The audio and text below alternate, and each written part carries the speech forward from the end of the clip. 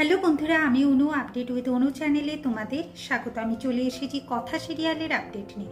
কথা সিরিয়ালে দেখা যাচ্ছে আমাদের গোবর দেবী বাড়ি ফিরে ভাবছে যে তার এভি সেই গ্রামের মেয়েকেই বিয়ে করলো, সে আবার এতটা ঘুমটা টেনে থাকে। আচ্ছা, ওই মেয়েটা আবার ম্যান্ডি নয় তো?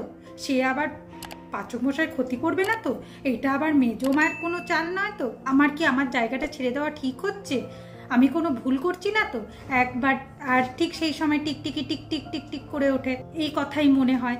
আর বলে টিকটিকি টিকটিক করলো, তাহলে কি এটা সত্যি? আচ্ছা, আমি কি শুধু পাচক মশাইকে মিস করছি? পাচক মশাই কি আমাকে মিস করছে না? আমরা দুজনেই তো বিয়েটা করেছিলাম, তাহলে কেন আমি শুধু মিস করছি?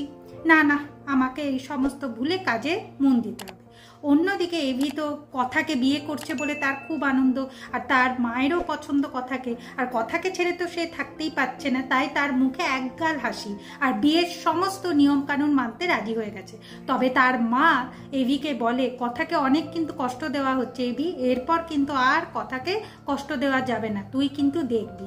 হ্যাঁ বন্ধুরা, এরপর আর এভি কথাকে কষ্ট দেবে না, কারণ সেও কথাকেই ভালোবেসে ফেলে। এরপর তো এভির গায়ে হলুদ হয়, সেই গায়ে হলুদ নিয়ে কে যাবে কথার কাছে?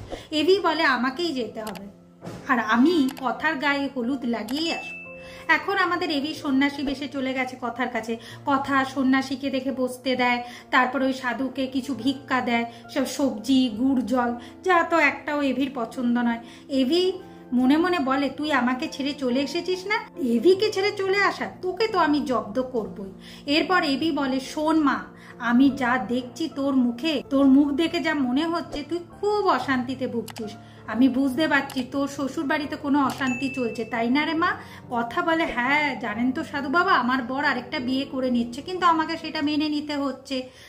এভি বলেন, একদম মানবি না, তুই শ্বশুর বাড়িতে যাবি, তোর মধ্যে একটা আগুন আছে, আগুন, সে আগুন দিয়ে শ্বশুর বাড়িকে জ্বালিয়ে দিবি। তারপর আবার বলে, না না, শ্বশুর বাড়িকে জ্বালাবি না, তোর বরের জীবনে যে এসছে তাকে জ্বালাবি, তাকে তোর বরের জীবন থেকে সরাবি, তুই তোর বরের সাথে থাকবি, তুই গোধূলি লগ্নে কিন্তু পৌঁছে যাবি, না হলে কিন্তু অনেক লেট হয়ে যাবে।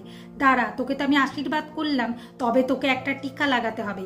সেই টিকাটা লাগালে তোর মধ্যে এই শক্তিটা বাড়বে, কারণ তোর মধ্যে আগুন আছে, আগুন। এরপর ওই হলুদের বাটি বের করে ওই হলুদ আমাদের কথার কপালে লাগিয়ে দেয়, বলে, নে, তোকে, তোর মধ্যে আরো শক্তি বেড়ে যাবে, তুই কিন্তু গোধূলি লগ্নে পৌঁছে যা। কথা ভাবে না, সাধু বাবার কথা তো মানতে হবে। আর এদিকে এপিও আনন্দ সহকারে চললো গুহবাড়ি। এইদিকে এরপর তো পাঠাতে হবে জুনিকে আর ঋতুকে, তারা যাতে আরো বুস্ট আপ করে কথাকে। তারাও এরপরে এসে পৌঁছে গেছে কথার কাছে, কথাকে বুস্ট আপ করছে যে, জানিস এভির কি রূপ দেখছি রে, কনককে দিয়ে কি মাখো মাখো সম্পর্ক, কনককে কত কিছু রান্না করে করে খাওয়াচ্ছে রে, তোর রেসিপি ও কনককে রান্না করে খাওয়াচ্ছে, কনককে গান শোনাচ্ছে, কফি খাওয়াচ্ছে, তোর ওই যে বাগানেই করছে রে এই সমস্ত কিছু।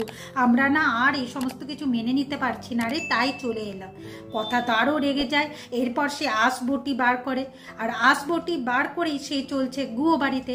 আগামী পর্বে দেখা যাচ্ছে রাস্তা দিয়ে ওই আসবটি নিয়ে ছুটছে কথা, তারপর টোটোয় চাপে, টোটোয় করে সে পৌঁছে যায় গুহবাড়িতে, আর বলে, কনক চাপা কই? কনক চাপাকে সে আজকে মজা দেখাবে।